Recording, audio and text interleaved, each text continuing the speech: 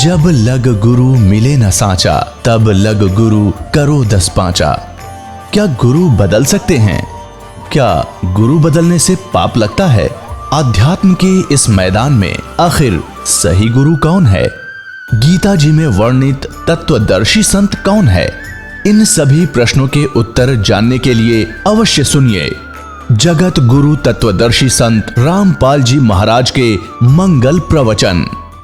मीराबाई की मां ने समझाने की चेष्टा की थी कि बेटी वहां ना जाया करे, इज्जत का नाश हो गया। और चमार जाति का बताऊं तने तो सारी ये बात बिगाड़ दी। तो क्या आपस में क्या बातें हुई, एक शब्द सुनाते हैं। अब मीराबाई की माता कहती है, सत्संग में जाना मीरा छोड़ दे, सत्संग में जाना मीरा छोड़ दे। आए मारी लोग करें तकरार, सत्संग में जाना मीरा छोड़ दे। आए मारी लोग करें तकरार, सत्संग में जाना मेरा ना छोटेरी, सत्संग में जाना मेरा ना छोटेरी। हारी चाहे जड़ के मरो सन सारे, सत्संग में जाना मेरा। हारी चाहे जड़ के मरो सन सारे, सत्संग में जाना मेरा ना छोटेरी। थारे सत्संग के राय में हे, थारे सत्संग के राय में हाय वहाँ पे रहते हैं काले नाग, कोई कोई नाग तन डस लेवे। आए वहाँ पे रहते हैं काले नाग, कोई कोई नाग तन डस लेवे। जब गुरु मारे मेरे करी, जब गुरु मारे मेरे करी। हारी वे तो सरप गंडे वे बने जाव, सत्संग में जाना मेरा ना छोटेरी। हारी वे तो सरप गंडे वे बने जाव, सत्संग में जाना मेरा। थारे सत्संग के राय में, थारे सत्संग के राय में आए वहाँ पर रहते हैं बबरी शेर, कोई कोई शेर तन खा लेवे। आए वहाँ पर रहते हैं बबरी शेर, कोई कोई शेर तन खा लेवे। जब गुरु मारे मेरे करी, जब गुरु मारे मेरे करी। हारी वे तो शेरों के गिद्दड़ बने जाव, सत्संग में जाना मेरा ना छोटेरी। हारी वे तो शेरों के गिद्दड़ बने जाव, सत्संग में जाना मेरा ना छोटेरी। थारे सत्संग के बीच में है, थारे सत्संग के बीच में आए वहाँ पर रहते हैं साधु संत, कोई कोई संत तन ले रमे। आए वहाँ पर रहते हैं साधु संत, कोई कोई संत तुम तन ले रमे। तेरे री मन में माता पाप है री, तेरे री मन में माता पाप हैरी वो संत मेरे माँ बाप हैरी वो संत मेरे माँ हरी हारी ये तो कर देंगे बेड़ा पार सत्संग में जाना मेरा ना छुटेरी हारी ये तो कर देंगे बेड़ा पार जाना मेरा ना छुटेरी सत्संग में जाना मीरा सत्संग में जाना मीरा छोड़ दे हाय मारी लोग करे तकरार सत्संग में जाना मीरा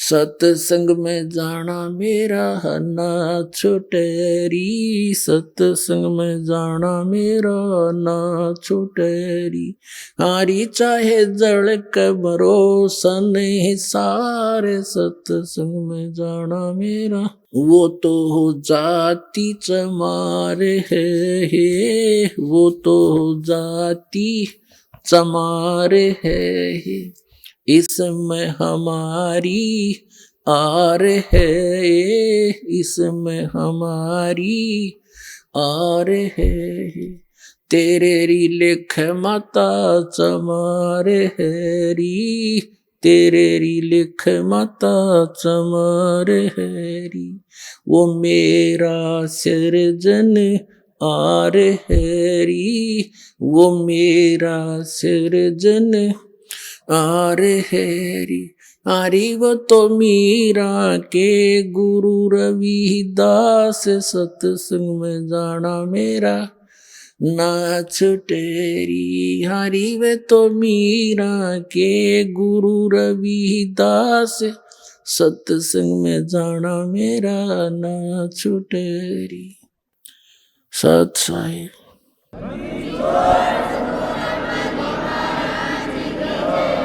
अपने आत्माओं वैसे तो मीराबाई जी का और भी आगे बहुत बड़ा कथन है क्योंकि आप जी ने अभी इनकम्प्लीट स्टोरी सुन रखी है सारी ही सारी। आगे क्या हुआ,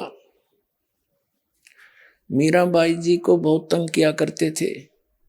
मीराबाई ने सोचा ये रोज दुखी रखे, ज्ञान ऐसा मिल गया है अपनी भक्ति कहीं और कर लूंगी, परमात्मा साथ रहेगा, गुरु जी ने कह रखे। तो मीराबाई घर त्याग कर चल पड़ी। आगे जाकर क्या देखा, एक साधु था संत, और वो नकली डुप्लीकेट संत था, ड्रामा करता था, कैसे गुफा में रहता था। और वहां उसके लिए एक प्रसिद्ध था कि भाई वो संत औरत के दर्शन नहीं करता।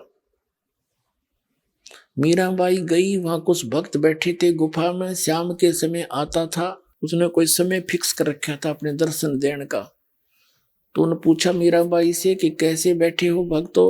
उन्होंने बताया बहन ऐसे ऐसे एक संत है, उसके दर्शन करेंगे। वो बोली मैं भी दर्शन करूंगी।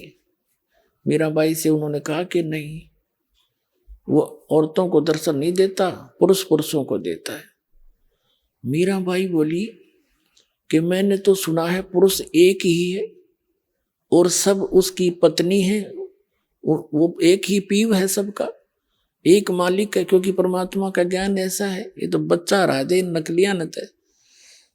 तेनों बोली भाई मैं तो दर्शन करके जाएंगी जब दूसरा भगवान आड़े बैठे थे। पुरुष अगर यही है तो फिर मैंने धक्के खाने की क्या जरूरत है। जब यू पुरुष है, यू परमात्मा है, तो बैठी मैं तो उसके दर्शन करके जाएंगी। उसके पास संदेश आ गया, एक बाई है और ऐसे ऐसे कह रही है। उसके भी कान खड़े हो गए, अगर मैं दर्शन करके जाएंगे। वो आ गया बाहर। मीराबाई बोली भाई मैंने तो न्यू सुना, तू क्या है, इस शरीर से पुरुष मानता अपने आप को, कल मृत्यु कब हो जाकर गद्दी बनेगी तू, फिर कहाँ गया तेरा पुरुष पड़ा है, डले डोन लग रहा। आ मेरी गेल तेने भगत संत मिलाऊंगी। उसकी भी चौन तोड़ दी। अरे पुरुष तो कोई एक है और तू नफरत करता औरतों से, तो क्या आत्मज्ञानी है। फिर पुणात्माओं जैसे पहले सांग हुआ करते गांव में, पुरुष ही स्त्री का रोल करके राजा रानी बना करते थे और डांस डूंस करते थे। तो एक लड़का दूसरे साथी के साथ वो सांग देखने चला गया। वो लड़की का रोल कर रहा था, अभिनय कर रहा था। लड़का छोटा सा 15-16 साल का, दाढ़ी मूछ नहीं थी, सिर पर बाल रखे हुए थे औरतों वाले, वो उसका वही प्रोफेशन था। तो दूसरा जो पहली बार गया था वो कह रहा था देख कितनी सुंदर लड़की है, कैसा डांस कर रही है। उसका साथी कहता यह लड़की नहीं है, ये लड़का है। ना तेने तुझे नहीं मान। फिर वो शाम के जब सत्संग उनका स्वांग समाप्त हो लिया, अपने जहाँ वो डेरे में डटे हुए थे वहां गए। उसने उतार कर अपने आर्टिफिशियल सारे पार्ट रख दिए एक तरफ, और कच्चे कच्चे में खड़े बाल बाल ऊपर थे। तब उसका समझ में आ गई सच में जी तो भाई तो लड़का ही था, लड़की नहीं थी। अगले दिन जब उसने सांग सुना उसमें लड़की नहीं दिखी, उसने लड़का दिखा था। तो परमात्मा कहते हैं आत्म ज्ञान भी नहीं नकलियों ने औरत और पुरुष मंत्र मानते हैं। यूं तो ऊपर एक स्वांग है स्त्री और पुरुष का, ये कपड़े उतरेंगे जब एक ही तत्व है दोनों का।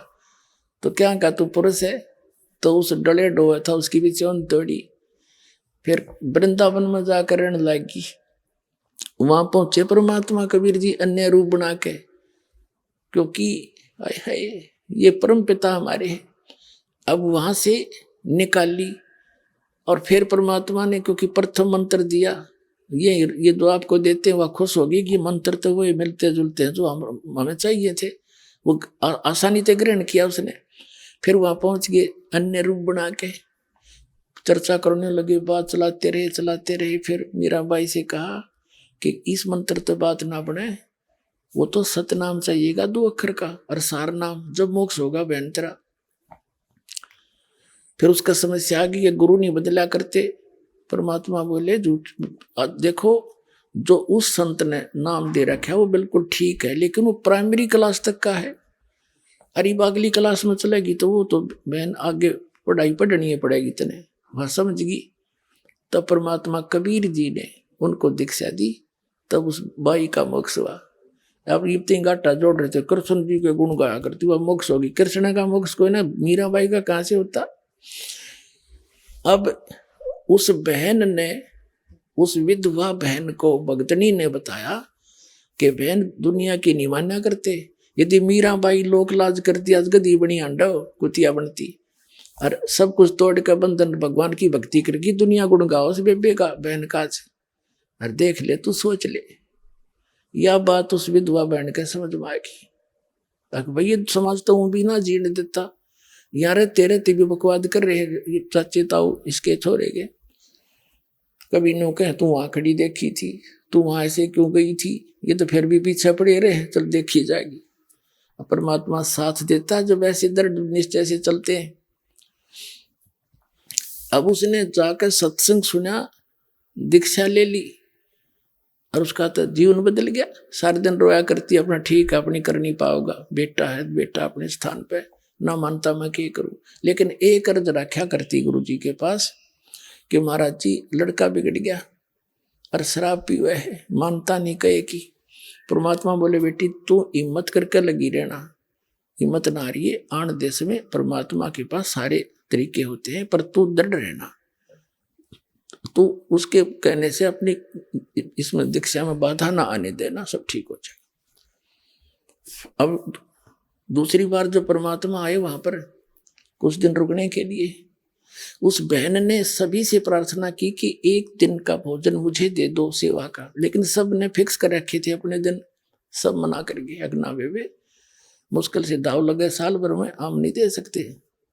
तब जिस बहन ने उसको प्रेरणा दी थी उसने शाम का समय दे दिया उसको कि मेरे वाले दिन में सुबह मैं करा दूंगी भोजन, शाम ने तो करा दी। अच्छा, अब उस बहन ने शाम ने भोजन बनाया खूब जी ला के, और लीला कहते हैं परमात्मा पता नहीं के कर दे कैसी लीला करता है।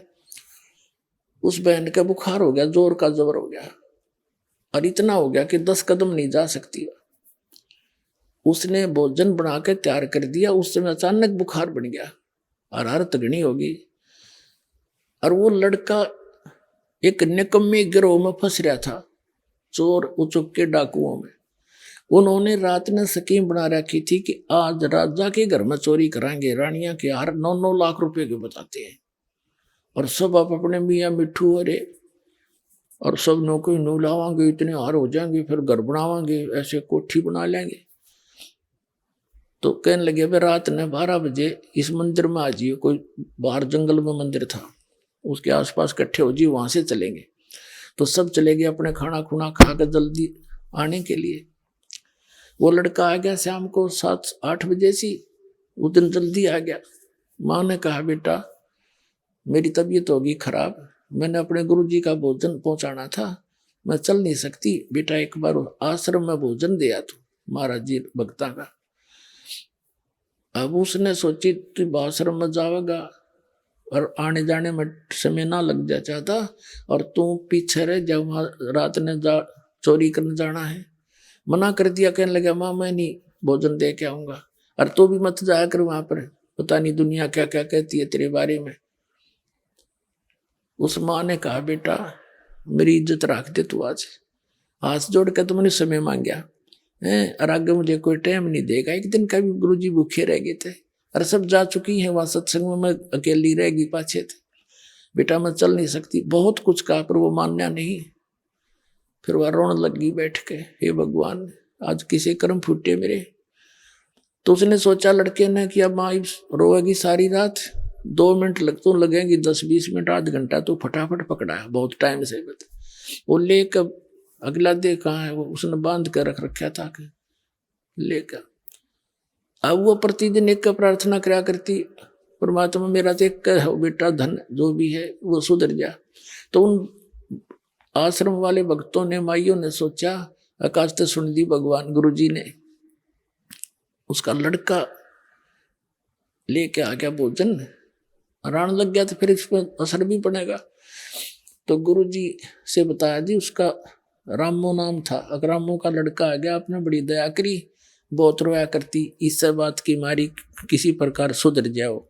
अब गुरुजी वो गया तो पूछा भी गुरुजी कहाँ है, भोजन कराना है, मेरी माँ तो बीमार होगी। भक्ता ने बताया गुरुजी स्नान करने जा रहे हैं, भाई 10 मिनट बैठ जा। वो बैठ गया, गुरुजी आगे भोजन रख दिया। फिर उन्होंने बताया जी ये रामो का लड़का है, और आपने बड़ी सुनी, आज तो यू आ गया आपके दर्शन करने के लिए। तो गुरुजी ने सोचा ला बेटा बालक से दो चार बातें बता दूं, इसका असर हो जा। कहने लगा बेटा भक्ति करते हैं, मनुष्य जीवन भगवान ने इसलिए दिया है, भक्ति करे, बुराइयां तो बच कर है, यो जीवन बार बार नहीं मिलता। वो लड़का बोला बाबा जी जल्दी रोटी खा, मैंने देर हो है, तेरे लेक्चरों की जरूरत नहीं। अब उस महात्मा ने सोचा भाई तो सचमुच निराय निकम्मा है, ठीक रोया हुआ लड़की इसने। ये महाराज जी के बोला अपने खा के खाना, और लेकर वो बर्तन, और वो तो स्पीड खींच दी वापस, क्योंकि उसने तो रानिया के हार दिखे थे। अब रास्ते में उसका कांटा लग गया पैर में, और लग कर सूल की करकी टूट गई बबुल की। अब कदम नहीं उठ रखा जा, एडी पंजा नहीं टेका, एडी एडी टेकता आवे, चल जा नहीं, धीरे धीरे आ रहा। उसकी आते ही वो बर्तन मारे पटक के, और लगा ऊट पटांग बकवाद करने अपनी माँ को, आज गया था तेरे सत्संग में, आज मेरे पैर में कांटा लग गया, और तू नो कह उड़े सब न सुख हो, मेरा तो दुख हो गया, और आज पास से तू भी नहीं जाएगी उड़े, और मैं तो उधर मुंह करके भी ना सोऊं। क्योंकि उसने तो फिर नो हो गया कि तू जा नहीं सकता, भागना पड़े तो भाग नहीं सकता, चोरी कराएंगे तो सारे सांग करने पड़ेंगे। तो घना दुख मान रहा इस बात का। फिर वह माँ रोने लगी, हे परमात्मा इस निकम्मे का आज कांटा लगना था, देख मेरे किसे फूटे भाग हैं, अब यू ना स्वयं जावे और ना मन भक्ति करने दे। नो करके वह खूब रो रहा के सोगी। फिर जैसा भी था शाम ने तो फिर सुबह बखत उठ कर उस लड़के का कांटा निकलवा दिया। उधर से उन बच्चों ने, उसके साथियों ने थोड़ी देर इंतजार किया, फिर वो सोचा भी चलना है तो ना हम करते चोरी। वो चोरी करने चले गए राजा के घर पे। अब राजा का घर कोई ऐसा सुनना है जाते चोरी कर लेंगे, पकड़ दिए पुलिस ने। मंत्रियों ने कहा कि महाराज ये तो इतने खूंखार व्यक्ति हैं, राजा के चोरी कर सकते, जनता को कैसे जीने देंगे, इनको भयंकर सजा देनी चाहिए। राजा ने सुना दिया शाम के 4 बजे इनको सूली तोड़ दो। सूली तोड़ा करते एक चक्का सा होता था, चाकी के सपाट, उसके बीच में एक सरिया सा होता था, नुकीला भाले जैसा, और वो ऐसे वो चक्का उसको ऊपर बैठा दिया करते थे, और वो चक्का नीचे नचाला करता सुराख में से, और वो भाला ऊपर नाता था, उसके नीचे से लेकर उसके सिर में का निकल जाता था, और रो रो कर तड़प तड़प कर मरता था। उसको इतनी भयंकर सजा दी जाती थी। तो उसके साथ साथ उन्होंने क्या करते थे राजा लोग के पूरी नगरी में घुमा दो इनको, सबको बता दो कि आज शाम को 4 बजे इनको सूली तोड़ा जाएगा। उनके लिख दिया और उनसे बुलवा रहे हैं कि बोलो, पुलिस वाले ले जा रहे हैं, कहो हम चोर हैं, राजा के घर चोरी करने के लिए गए थे, हम पकड़े गए, कोई सुनता हो तो चोरी ना करना, हम शाम को 4 बजे सूली तोड़े जाएंगे। उनसे ऐसे डायलॉग बुलवाते हुए और डंडे मारते हुए पुलिस वाले गलियों में घुमा रहे हैं। एक विशेष बाजा सा बजाते थे, तो गांव वालों को पता लग जाता था, नगर वालों को, कि आज किसी की साथ आ रही है, किसी की सामत आई है। तो ये देखने के लिए कि किस दंड में ये दंडित होगा, सब अपने घरों के बाहर आ जाते थे। राजाओं का ये होता था उद्देश्य कि इनके डर से और भी डरेंगे, कोई चोरी चारी ना करेंगे, शांति बनी रहेगी। तो दोनों माँ बेटा भी ये देखने के लिए कि किसको क्या दंड मिल रहा है, वो अपनी गली में आकर खड़े हो गए। जब वो बच्चे आए, उनकी मिली आंख में आंख दोनों मित्रों की, उस लड़के ने सोचा तो पकड़े गए, वो हैं तेरे वाले साथी, और वो कहते आ रहे हम चोर हैं, राजा के घर चोरी करे थे, हम पकड़े गए, आज हम सूली टूटेंगे शाम को, कोई सुनता हो तो चोरी ना करियो। जब वो आगे चले गए उनके घर से, माँ अपने घर में आ गई, वो लड़का अपनी माँ के चिपट गया और बुरी तरह रोने लग गया और कहने लगा।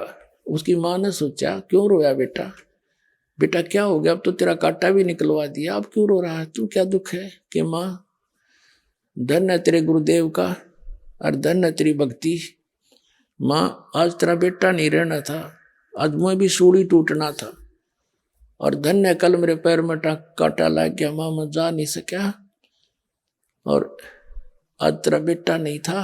और मेरी माँ का बाद में मतलब फिर उसका याद आ रही है, नकम में गए एक माँ, फिर तेरा कौन सहारा रह गया था। तब उसकी माँ रोने लगी कि रे निकम्मे, मैं तो न सोचू था तू दारू दप्पा पीता है, तू चोर भी हो गया था। अखा माँ मैं इतना नीच हो गया था, और कान पकड़ दिया, क्यों कलजा पाट गया, सामने सूली तो टूटेंगे। कान पकड़ दिया, आपके साथ चलूंगा, नाम लूंगा, और जिंदगी में कदे चोरी नहीं करूंगा, कोई गलती नहीं करूंगा, शराब भी नहीं पीऊंगा। परमात्मा कहते, अब कबीर साहब कहते, संत शरण में आने से आई टले बला, जब मस्तक में सूड़ी हो वह काटे में टल जाए। तो पुण्यात्माओं, आप परमात्मा की शरण में आए हो, विश्वास के साथ लगे रहना। ये क्यों डूम बाट के गीत नहीं, ये उस परम पिता का बोला हुआ शब्द जो दास आपको बता रहा हूं, और सारे सत्य होंगे। पूरी विश्वास के साथ लगे रहना। बोलो सतगुरुदेव।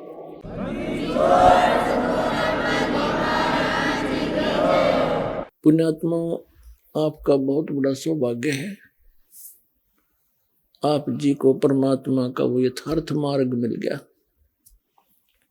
जिसको खोज खोज के ये ऋषि अपना शरीर नष्ट करके चले गए, हजारों वर्षों तक कठिन साधनाएं की, क्योंकि उनके पास ये यथार्थ मार्ग नहीं था। गीता जी अध्याय नंबर 16 के श्लोक नंबर 23 और 24 में कहा है कि शास्त्र विधि को त्याग कर जो मनमाना आचरण करते हैं, उनको न तो सुख होता है, न उनको सिद्धि प्राप्त होती है, और न ही उनकी गति होती है।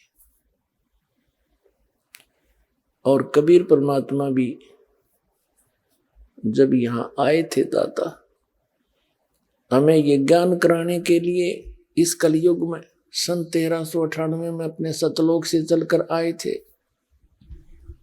एक शिशु रूप धार के लहर तारा नामक जलाशय में कमल के फूल के ऊपर एक नवजात शिशु का रूप धारण करके विराजमान हुए थे। वहां से नीरुनिमा नाम के एक दुल्हा दंपति साथ ले गए, उनके संतान नहीं थी, और परमात्मा की वहां परवरिश होने से और फिर बड़े होकर के प्रवेश तो एक लीला थी, वो सबके पालनहार है, क्योंकि परमात्मा 26-25 दिन के हो गए थे, उन्होंने कुछ अन्न पानी खाया नहीं। नीमा चिंतित होगी, और अपनात्मा थोड़ी सी कथा सुनाता हूं परमात्मा की। जैसा कि ये नकली कबीरपंथी और जितने भी ये ऋषि में ऋषि आचार्य शंकराचार्य संत और जो वेदों और गीता को और पुराणों को और कबीर साहिब की वाणी को सच मानते हैं, और ये भी परमात्मा को निराकार बताते हैं कि परमात्मा निराकार है, कहीं एक स्थान पर नहीं है। और ये कबीरपंथी इतना कहते हैं कि सतलोक है, राधा स्वामी धन धन सतगुरु सच्चा सौदा सरसा जय गुरुदेव, ये भी सब परमात्मा का ऊपर चेतन प्रकाश बताते हैं, प्रकाश का समुद्र। इन्हें कख नहीं पता किसी ने भी, हुआ बाई बकरे ये। अभी तो आप जी ने देखा यथार्थ प्रमाण पर पवित्र कबीर सागर में इस आध्यात्मिक ज्ञान चर्चा के माध्यम से ये संत क्या बताते हैं, इनका क्या अपनी सोच है। ये कबीर साहब की वाणी नहीं समझ में आई, उसमें स्पष्ट लिखा है कि परमात्मा वहां एक गुम्मट के अंदर बहुत बड़े गुम्बद में और सिंहासन के ऊपर राजा के समान विराजमान, उसके सिर पे मुकुट है, छत्र है, और वहां से सब ब्रह्मांडों का संचालन करता है। वहां सफेद पृथ्वी है, सफेद वृक्ष है, जैसे यहाँ हरे हैं वहां सफेद है, और दूधों की नदी, झरने बहे, हीरे पर जैसे यहाँ पत्थर के पहाड़ हैं वहां हीरों के पहाड़ हैं, ऐसे मोतियों के पहाड़ हैं, और झरने बह रहे हैं, सुंदर सदाबहार वृक्ष है। उसमें 3 पोर्शन है, जैसा भी आपने सुना। फर्स्ट पोर्शन में बाह्य भाग में ये पहाड़ हैं, बहुत बड़े सुंदर सदाबहार फलदार वृक्ष है, और सभी मेवा उपलब्ध है सदाबहार, कभी किसी चीज का अभाव नहीं है। वहां का जल कैसा है, जैसे आपने यहाँ गंगा जल देखा है, ये कभी खराब नहीं होता। ये सतलोक से एक सैंपल भेज रखा भगवान ने कि वहां ऐसे पदार्थ है। और फिर उसके बाद बहुत बड़ी सृष्टि है, जिसमें नर और नारी ऐसे ही परिवार हैं, अलग अलग सबके मकान हैं, कोई राग द्वेष नहीं है, क्यों अभाव नहीं किसी चीज का। सबके आंगनों में फलदार वृक्ष, फलदार मेवा, काजू और अमृत सरोवर छोटे छोटे सबके बड़े। जैसे हमारी एक वृत्ति है यहाँ मन की, जिसके पास 2 पैसे हो जाएंगे बड़ी तक कोठी बनावेगा, आगे पार्क बनावेगा, उसमें फिर झूले झाले लावेगा, फिर एक स्नान के लिए एक टैंक बनावेगा, और फिर और भी घनी जगह है तो उसमें साग सब्जी के लिए और पपीते सपीते कुछ फल फ्रूट भी लगावेगा। तो ये तो एक डुप्लीकेट सा काम है। वहां एज इट इज हम देख कर आए थे, जिसको आज हम यहाँ चित्रार्थ करने की कुचेष्टा कर रहे हैं, वो है ही नहीं वो वस्तु। तो वहां आपके सभी प्राणियों के, चिट्टी से लेकर हाथी तक जितने भी मानव हैं, आप सभी के वहां पर अलग अलग मकान खाली पड़े हैं जहां आप रहा करते थे। अब ये बात आपका समझ में ना आवे, क्योंकि आपने ये ज्ञान कदे सुना ही नहीं। लेकिन ये कोई डूम बाट के गीत नहीं और कोई बकान वाली बात नहीं, क्योंकि वह कहता हम बतेरे रखे पहले अटपट करके। ये तो विद प्रूफ दास बता रहा है, और परमात्मा ने आकर ये ज्ञान स्वयं यहाँ बताया है, वही आपके सामने दास उसको समझ कर समझा रहा है। तो वहां आपको वो सुख था जिसको आप यहाँ खोज रहे हो। कोई बुढ़ा होना नहीं चाहता, कोई भी वृद्ध अवस्था को पसंद नहीं करता, और सारे वृद्ध होंगे और कोई मृत्यु नहीं चाहता और सब मृत्यु को प्राप्त होंगे। तो क्यों नहीं चाहते हम? बिल्कुल नहीं चाहते, ठीक बात है। देख बालक कैसा शरीर, युवा होने के बाद कितना अच्छा शरीर, और बुढ़ा में पाचा शकल तो भी डर लग गए, दर्पण देख लेते, और फिर मरना, सारा साजबाज सारी उम्र जोड़िया और सारे बालक बच्चे हो गए, इनमें जी लाग रहा और फिर नौका मारो इसने 1 मिनट में मृत्यु। बताइए ये कोई अच्छी बात है? तो यहाँ का तो ये परंपरा है और वहां ये है नहीं। तो इसलिए ना तो वृद्ध अवस्था चाहते ना मृत्यु चाहते, और दोनों कंपलसरी। तो ये तो सतलोक में होगा, आपको वहां चलो, अब समय आ गया वहां चलने का। कति बिल्कुल आसानी से जा सकते हो, लेकिन ये मंत्र जाप करना पड़ेगा, जीवन रोहतास आपको बताएगा, और मर्यादा में रहना पड़ेगा। आपको यहाँ तो सुख देंगे ही देंगे, और फिर वहां देखना सतलोक में। परमात्मा कहते हैं, अब पहले थोड़ा सा आपको दिखाते हैं, जैसा अब प्रसंग चल रहा था कि परमात्मा सतलोक में कैसा है और कौन है वो, उसका नाम क्या है। अभी तो आपने कबीर सागर में देखा, धर्मदास जी को परमात्मा स्वयं लेकर गए, कबीर परमेश्वर जी, और वहां जाकर उसने क्या आंखों देखी, फिर वर्णन किया ज्ञान प्रकाश कबीर सागर में, बौद्ध सागर के खंड में, कि सतलोक में जब मैं जाग गया तो वहां ऐसे ही नर और नारी करके हंस और हंसनी मेरे से मिलने आए, बड़े प्यार से सीने से लगे, गा के बजा के नाच के फिर भगवान को दिखाने के लिए गए। वहां क्या देखा कबीर साहब, वो जो नीचे से जिंदा महात्मा के रूप में आया था, वो बैठा उस ब्रह्मांड के सिंहासन पर, असंग ब्रह्मांड के कंट्रोलर के सिंहासन पर, और सिर पर छत्र है, सिर पर मुकुट है। वहां सफेद धरती है, सफेद भूमि है, सफेद वृक्ष है, और सभी नर आकार है। उनके गले में रत्नों की माला है, उनकी माथे की शोभा बता रखी, उनके नाक बता रखे, ग्रहण माने नासिका, और बड़े सुंदर हैं। और ये नकली कबीर पंथी या जितने भी संत पंथ हैं, ये सभी बताओ भगवान निराकार है।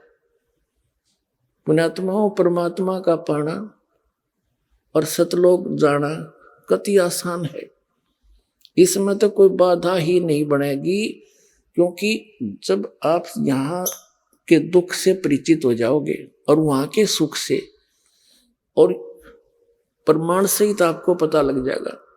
पुण्यात्माओं, देख परमात्मा ने कितनी दया कर रखी है आपके ऊपर, आप कितने लाडले हो उस परमात्मा के बच्चे, बहन और भाई जितने भी यहाँ आए हैं। हम दासों की सेवा लगाई, बच्चों ने मिलकर आश्रम बनाया, शेड डाला, और आपके आने से पहले पलक बिछाए बैठे रहते हैं। कितने भगत भाई आएंगे, मैठ बिछा देते हैं, अच्छा बढ़िया देसी घी का प्रसाद हलवा, और भाई अच्छे बढ़िया भोजन आहार आपको परमात्मा की तरफ से ही है ये सारा खेल। और ऐसे सर्दी में देकर रजाई है, अरे अमृत वर्षा कर रहे हैं, इसमें कृपा करके लटके ना लियो, पूरा ज्ञान सुनियो, कदे खा कर अच्छा देसी घी का लोड कर जाए, ऊँघे जाओ बैठे बैठे, फिर आना और ना आना बराबर है। तो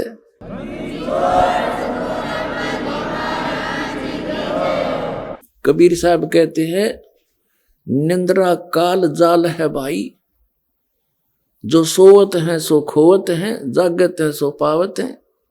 तो जागो भी, वैसे भी जागो, अरे नींद ने भी थोड़ा कंट्रोल करो, और सुनो अमर कहानी उस परम पिता की, आपको प्रमाण दिखाते हैं। पुण्यात्माओं, ऐसा सीजन, ऐसा एटमॉस्फेयर, मीठी मीठी सर्दी और सारी व्यवस्था है, और परमात्मा की भक्ति, वो अमर कथा, वो अमृत वर्षा उस सत्संग की, जिसकी आत्मा को युगों युगों से भूख है, यहां तृप्त हो रही है वो।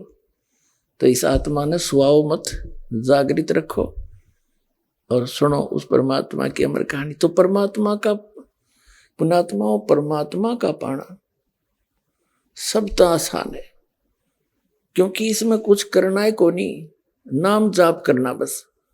नाम चलते फिरते उठते बैठते मर्यादा में रहना है, और जैसा परमात्मा आपको वित्त दे उसमें से दान भी करना है, क्योंकि धर्म तो दसके नहीं दसके तीनों लोग, और खैरायत में खैर है कीजिए आत्म पोख। तो जो परमात्मा आपको लाभ देगा उससे दान भी करना है, क्योंकि दान से ही लाभ हो, यो धन मिलता है। कबीर साहब कहते हैं, चढ़ी चौंच भर ले गई और नदी ना घट्यो नीर, दान दिए धन घटे नहीं, कह रहे साहिब कबीर। तो इस प्रकार इस तरह से परमात्मा का पाना कति आसान है। अब थोड़ी सी इस मौसम ठीक है, थोड़ा सा समय अधिक लेंगे, क्योंकि ये अमृत वर्षा, ये ज्ञान और ये भगवान कदे कानों नहीं सुना था, और आज परमात्मा अपने बच्चों को बैठा बैठा के प्यारते हैं, और फिर ये अमृत के प्याले पिला रहा है सच्चे ज्ञान के, और वो सच्चे भगवान की कथा, सत्यनारायण कथा। इसके कबीर साहब का नाम लेने पाप कटे, नाम लेने आत्मा चार्ज होती है। और यहाँ तो सारा दिन उस परमात्मा का की ही चर्चा चलती है। आपस में आप भी बैठते हो। यहाँ आप जी को इसलिए बुलाया जाता है कि जैसे पुराने भक्त भी होते हैं जिन्हें 10-10, 15-15 वर्ष हो गए नाम लिए ने, कुछ 2-4 वर्ष के भी हैं, और बिल्कुल नए भी आए हैं पुण्यात्मा भगवान के बच्चे। तो पुराणों के साथ आपका आपस में डिस्कस होता है, सत्संग के बाद आप चर्चा करते हो, नए भक्तों का विश्वास दृढ़ होता है कि सचमुच यहाँ ऐसे ऐसे इनको लाभ हुए हैं, ऐसे ऐसे रोग कटे हैं, ऐसे निर्धन व्यक्तियों का आज गाड़ियां चल रही हैं। तो फिर इससे और दिल डटेगा, और ऊपर से ये दास ज्ञान आपको दे रहा है, इसमें स्पष्ट हो जाएगा। तो ये सारा कुछ मिलाकर इसलिए परमात्मा ने ये आश्रमों की व्यवस्था बनाई है कि यहाँ बैठकर परमात्मा के बच्चे उस मालिक के यथार्थ ज्ञान को और उस भगवान को समझ सके। पुण्यात्माओं, परमात्मा कैसा है और कहाँ प्रमाण है?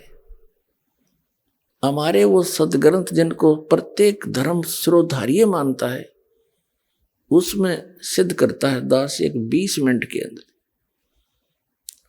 सबसे पहले पवित्र बाइबल आपको दिखाते हैं। पवित्र बाइबल पवित्र ईसाई धर्म का एक आदरणीय और मान्य सदग्रंथ है। और ईसाई धर्म के व्यक्तियों से आप पूछिएगा कि परमात्मा निराकार है या साकार, तो वो कहते हैं गॉड इज फॉर्मलेस, परमात्मा निराकार है। तो उन्हें क्या समझा पवित्र बाइबल को, खाक जाना? क्या पवित्र बाइबल झूठा है फिर? तो कहने का भाव ये है, जो वर्तमान में जितने भी हमारे गुरु धर्म गुरु जिस भी धर्म के हैं, वो उन महापुरुषों की वाणी से परिचित नहीं है जो जिनके ऊपर हम आधारित है। और इसीलिए बिजली गिरी पड़ी है, हम भिन्न भिन्न हो गए सारे, कितने कितने धर्म बढ़ा दिए, बात वहीं की वहीं खड़ी है।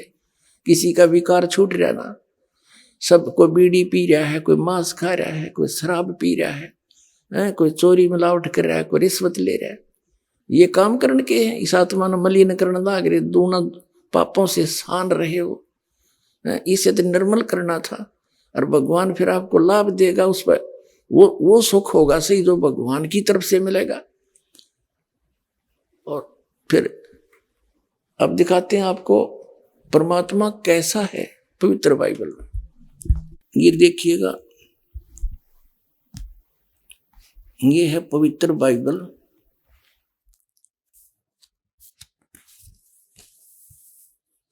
संपूर्ण जीवन अध्ययन बाइबल। और ये कहाँ से छपा है?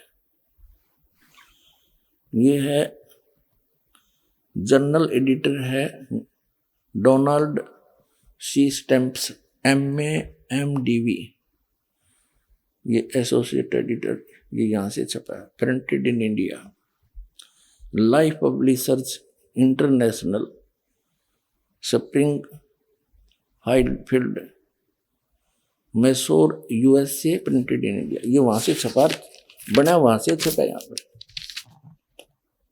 ये सारा इनका पूरा दे रखे यहाँ पर।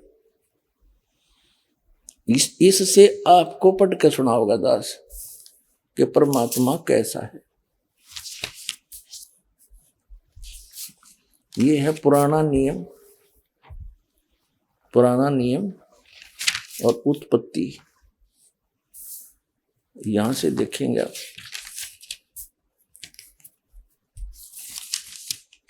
ये देखिएगा, यह उत्पत्ति यानी जेनेसिस, उत्पत्ति 1 अध्याय है कोई 1, आरंभ यहां से होता है। आदि में परमेश्वर ने आकाश और पृथ्वी की सृष्टि की। पृथ्वी बेडौल और सुनसान पड़ी थी और गहरे जल के ऊपर अंधियारा था तथा परमेश्वर का आत्मा जल के ऊपर मंडराता था। ये फिर परमात्मा ने उजियाला किया। परमेश्वर ने कहा उजियाला हो जा, उजियाला हो गया। परमेश्वर ने उजाले को देखा, अच्छा लग गया। तो इस प्रकार ये पहला दिन हो गया। ठीक, हम अपने मतलब का पढ़ाएंगे। फिर दूसरा दिन हो गया।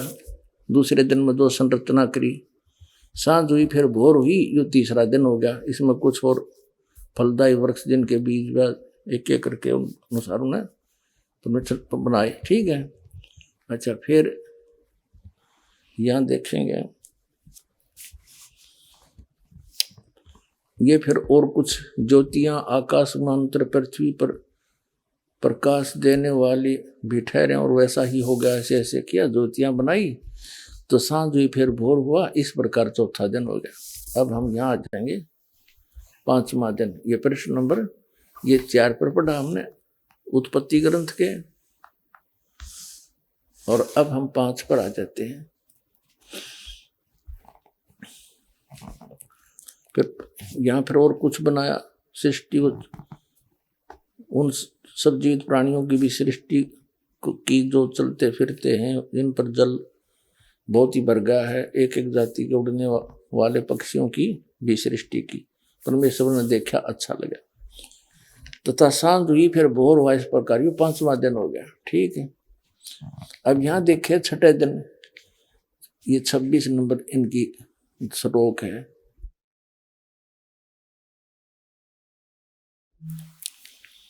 फिर परमेश्वर ने कहा, हम मनुष्य को अपने स्वरूप के अनुसार अपनी समानता में बनाए। हाय हाय। हाँ, फिर परमेश्वर ने कहा कि हम मनुष्य को अपने रूप के अनुसार, स्वरूप के अनुसार अपनी समानता में बनाए, और वे समुद्र की मछलियों और आकाश के पक्षियों और घरेलू पशुओं और सारी पृथ्वी पर और सब रेंगने वाले जंतुओं पर जो पृथ्वी पर रेंगते हैं अधिकार रखें। ठीक, उनसे समझदार हो ऐसा बनाऊंगा। मनुष्य ने अपने जैसा बनाऊंगा।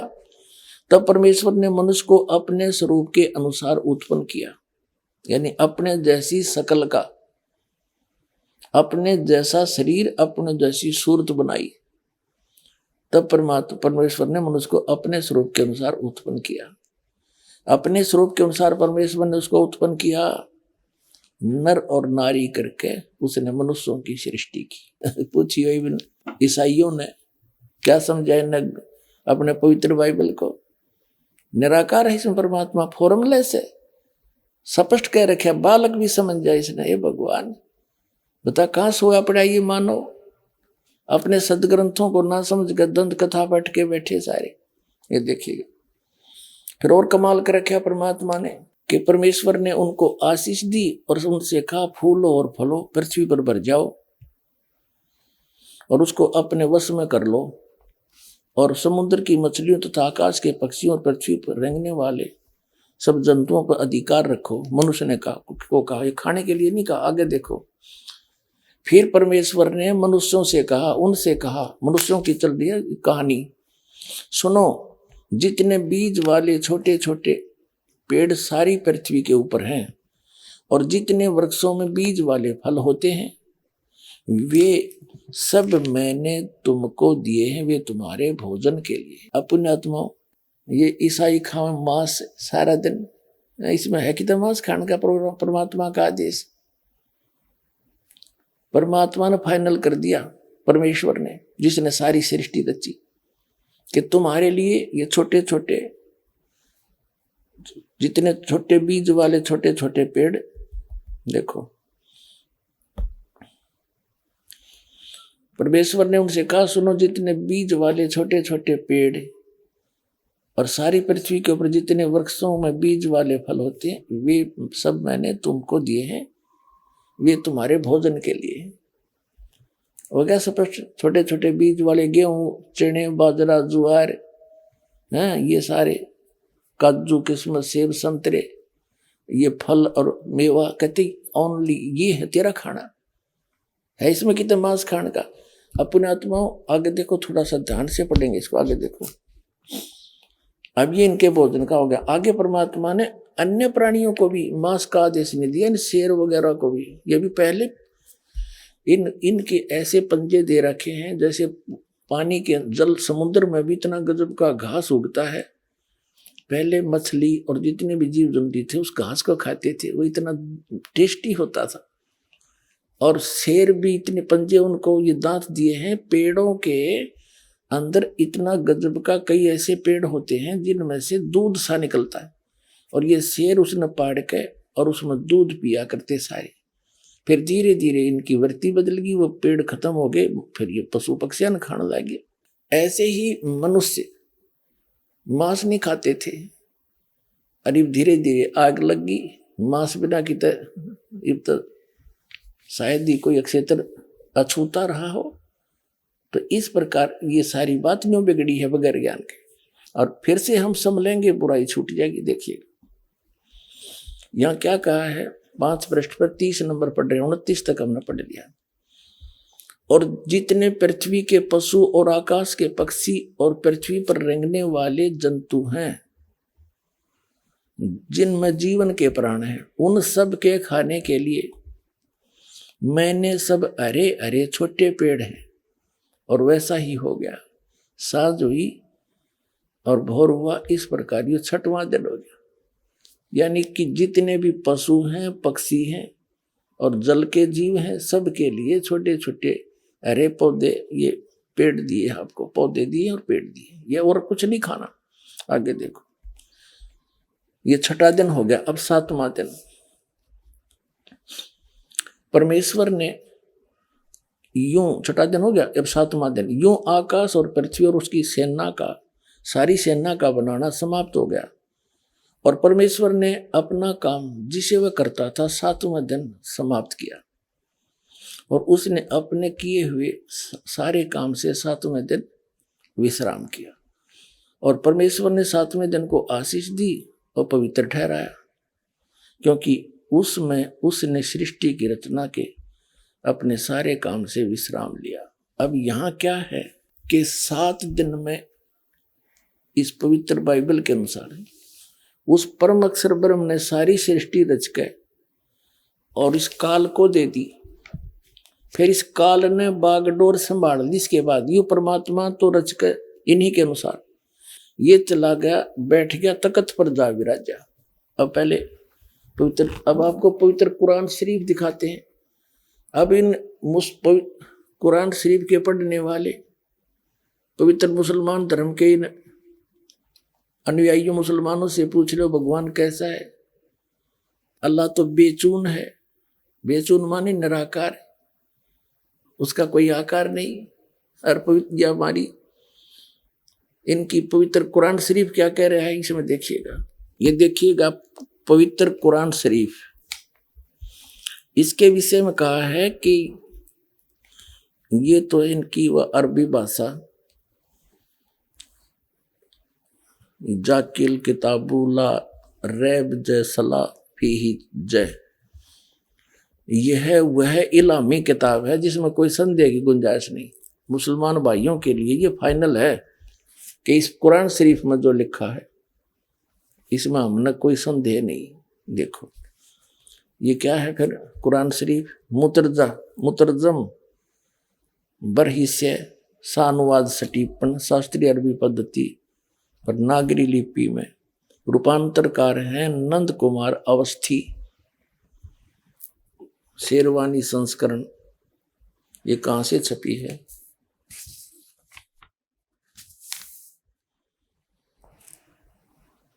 ये वही है सारा। शास्त्रीय अरबी पद्धति पर नागरी लिपि में शेरवानी संस्करण प्रकाशक है लखनऊ किताबघर, मौसम बाग, सीतापुर रोड, लखनऊ। अब हम इसके 604 पृष्ठ पर आते हैं। सूरत फुरकानी में या सूरतुल फुरकानी, कुरान शरीफ, और ये 604 पृष्ठ पे। ये तो है उर्दू भाषा, अरबी भाषा लिखी उर्दू में है। ये इतना, ये सारा एक पृष्ठ के अंदर जो लेख है ये है। और इसी को फिर इस नागरी लिपि में एडिटित अरबी भाषा नागरी लिपि में लिखी है। और फिर इन्होंने कमाल कर रखा है, इसका फिर अनुवाद भी हिंदी में कर रखा है। ये देखिएगा, ये लास्ट में इसमें 52 नंबर आयत है। आइए अब हम उन श्रद्धालुओं के अनुभव जानते हैं जो जगत गुरु तत्वदर्शी संत रामपाल जी महाराज जी से दीक्षा प्राप्त कर चुके हैं तथा उनके द्वारा बताए गए भक्ति मार्ग पर चल रहे हैं। नमस्कार सर। नमस्कार सर। सर क्या नाम है आपका? चेतन दीक्षित। चेतन जी आप कहाँ से हैं? मैं यूपी डिस्ट्रिक्ट हाथरस से आया हूँ।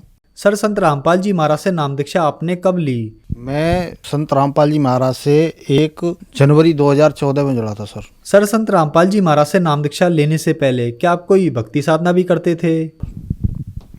मैं भक्ति साधना करता था, मैं जारवीर की साधना करता था और गायत्री का जाप करता था, गायत्री मंत्र का। और मैं बहुत ज़्यादा मतलब उपासना करता था। करीब करीब 4-4 घंटे में जो है 3-3 घंटे तक मैं साधना करता रहता था। और मैं कक्षा 5 में जब पढ़ता था जभी से मैं साधना करता था। और जहारवीर से मेरी बात भी होती थी। जहारवीर एक देव हैं जो राजस्थान में हैं और गूंगा मेड़ी जिनसे बोलते हैं, गोरखनाथ के जो शिष्य रहे हैं, बाबा गोरखनाथ के, उनके शिष्य रहे हैं और उनसे मेरी बात भी होती थी।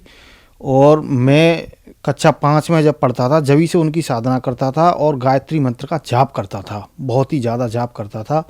और जब मैं मतलब हाई स्कूल में आया तभी से मुझे अल्सरेटिव कोलाइटिस एक बीमारी होती है वो मुझे हो गई। तो मुझे एसिड बनता था और एसिड इतना भयंकर बनता था कि मुझे उल्टी हो जाती थी। तो डॉक्टर जांच नहीं कर पाए मुख्य रूप से।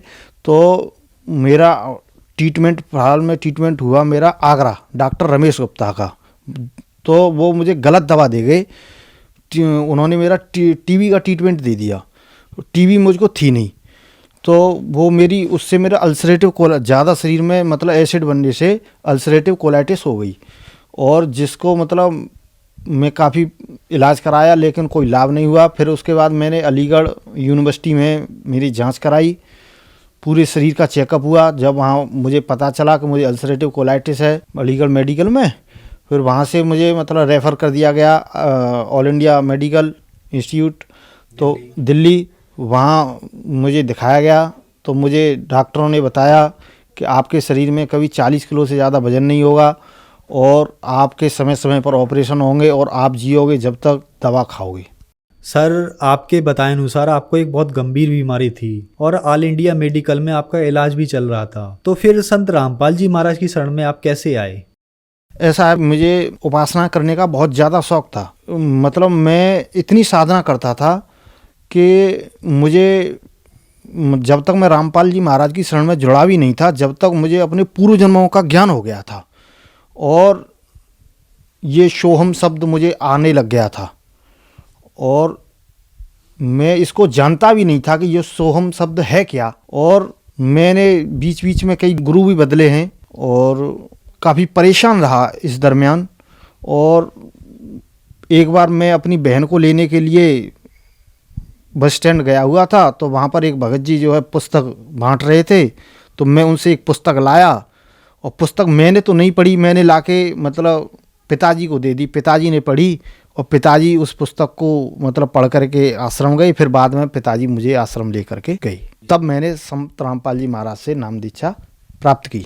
सर संत रामपाल जी महाराज से नाम दीक्षा लेने के बाद आपको क्या क्या लाभ प्राप्त हुए? संत रामपाल जी महाराज से नाम दीक्षा लेने के बाद सबसे बड़ा लाभ मुझे ये प्राप्त हुआ कि मेरी जान बची। सबसे पहले जैसे शरीर में मेरे में जब मेरा अलीगढ़ यूनिवर्सिटी से मतलब रेफ़र किया गया था एम्स के लिए, तब मेरे शरीर में 32 किलो वज़न था और आज मेरे शरीर में तुम देख सकते हो कितना वज़न है। मतलब मेरे शरीर में आज करीब 76 किलो से ऊपर वजन है। संत रामपाल जी महाराज के कारण, भक्ति विधि के कारण ही है, तब मेरी जान बचाई। और दूसरी बात, मेरे जीवन में एक गंभीर घटना घट गई। मेरी पत्नी की मृत्यु हो गई, जिसमें मतलब मुझे दहेज हत्या में निरुद्ध किया गया, जहाँ पर भी मुझे संत रामपाल जी महाराज ने बाइज्जत बरी करवाया और मुझे जेल भी नहीं जाने दिया। और भक्ति मार्ग में तो मैंने इतने लाभ प्राप्त किए हैं कि मैं आपसे यह कैमरा के सामने नहीं कह सकता हूँ, कि उनको मैं बयान नहीं कर सकता हूँ। जो मेरे गुरु मतलब गुरुभाई हो सकते हैं, उनसे मैं बता सकता हूँ मुझे क्या क्या लाभ हुए हैं। भक्ति मार्ग में मुझे बहुत ज़्यादा लाभ हुए हैं। संत रामपाल जी महाराज के शरण में जाने के बाद मैंने शास्त्र अनुकूल साधना की, और शास्त्र अनुकूल साधना करने के बाद जो हमारे गुरुजी बताते हैं कि हमारे ऊपर हमारे इन देवों का कर्जा है, तो उन कर्जे को मैंने उतारा उन मंत्रों के द्वारा। जो हमारे आर्य समाजी ये कहते हैं कि देवताओं की भक्ति छुड़वाते हैं, ऐसा नहीं है। प्रथम मंत्र जो दिया जाता है, रामपाल जी महाराज हमारे जो प्रथम मंत्र जो देते हैं, वो केवल देवताओं के ही मंत्र हैं। और 7 मंत्र देते हैं, जिसमें 5 नाम देवताओं के देते हैं और 2 नाम परमात्मा के देते हैं, जिसमें हमें 5 नामों की कमाई से हम यहाँ के काल भगवान के जो देवता हैं उनका ऋण उतारना होता है। जिससे मैंने उनका ऋण चुकता किया तो मैं स्वस्थ हो गया। सर, आपने 14 साल तक जहारवीर बाबा की भक्ति साधना की और बचपन से ही आपकी भक्ति साधना में बहुत रुचि थी। इतनी भक्ति करने के बाद भी आपको एक गंभीर बीमारी हो गई, आपको ऑल इंडिया मेडिकल रेफर कर दिया गया। भाभी डॉक्टरों के पास आपकी बीमारी का कोई इलाज नहीं था। तो प्रश्न यहाँ पे यह उठता है कि भक्ति साधना आप पहले भी करते थे और भक्ति साधना आपने संत रामपाल जी महाराज की शरण में आने के बाद भी की। तो संत रामपाल जी महाराज ने आपको ऐसी क्या भक्ति दी जो आपकी लाइलाज बीमारी ठीक हो गई? ऐसा है भगत जी, मैं आपको पहले ही बता चुका हूँ, संत रामपाल जी महाराज के पास वो मंत्र हैं, शास्त्र अनुकूल साधना है, जो संसार में किसी भी गुरु के पास नहीं है। जो मतलब 7 दीप 9 खंड में यानी 21 ब्रह्मांड में भी मतलब किसी भी गुरु के पास वो मंत्र नहीं है जो हमारे संत रामपाल जी महाराज जो देते हैं। प्रथम मंत्र ही इतना शक्तिशाली है, जिसका मैंने 2.5 महीने मैंने जाप किया। संत रामपाल जी महाराज से नाम लेने के बाद 2.5 महीने मैंने जाप किया था, जम के मैंने जाप किया। तो 2.5 महीने बाद ही मुझे पूर्ण परमात्मा के दर्शन हुए और मुझे मतलब ये बताया कि बेटा तू पूर्व जन्म में भी मतलब नामदानी था और तूने पूर्व जन्म में भी इन मंत्रों का मतलब तूने जाप किया है, जिसमें पहला और लास्ट का मंत्र नहीं था जो आज हमारे गुरुजी देते हैं। सर, जो श्रद्धालु आज आपको टीवी पर देख रहे हैं, आप उनके लिए क्या कहना चाहेंगे? मैं उनसे यही निवेदन करना चाहता हूँ कि सभी पुण्य आत्माएं परमात्मा के सभी बच्चे हैं, वो जल्द से जल्द परमात्मा की शरण ग्रहण करें। और आज नहीं तो कल, कल नहीं तो परसों उनको शरण में आना पड़ेगा। और वो जितना लेट होंगे वो उतने अपने जीवन में ये समझें केवल कांटे ही बो रहे हैं, और उनको आना अवश्य पड़ेगा संत रामपाल जी महाराज की शरण में, जब वो इस संसार से पार हो सकते हैं। सर, संत रामपाल जी महाराज की शरण में कैसे आ सकते हैं? संत रामपाल जी महाराज की शरण में जैसे साधना चैनल है, उस पर प्रोग्राम आता है, उस पर पीली पट्टी चलती है, उसमें नंबर चलते हैं, उस पर कांटेक्ट करिए। वो आपके क्षेत्र के नामदान सेंटर का पता बता देंगे, वहाँ जाकर के आप नामदान ले सकते हैं संत रामपाल जी महाराज के। सर, बहुत बहुत धन्यवाद आपका। साहेब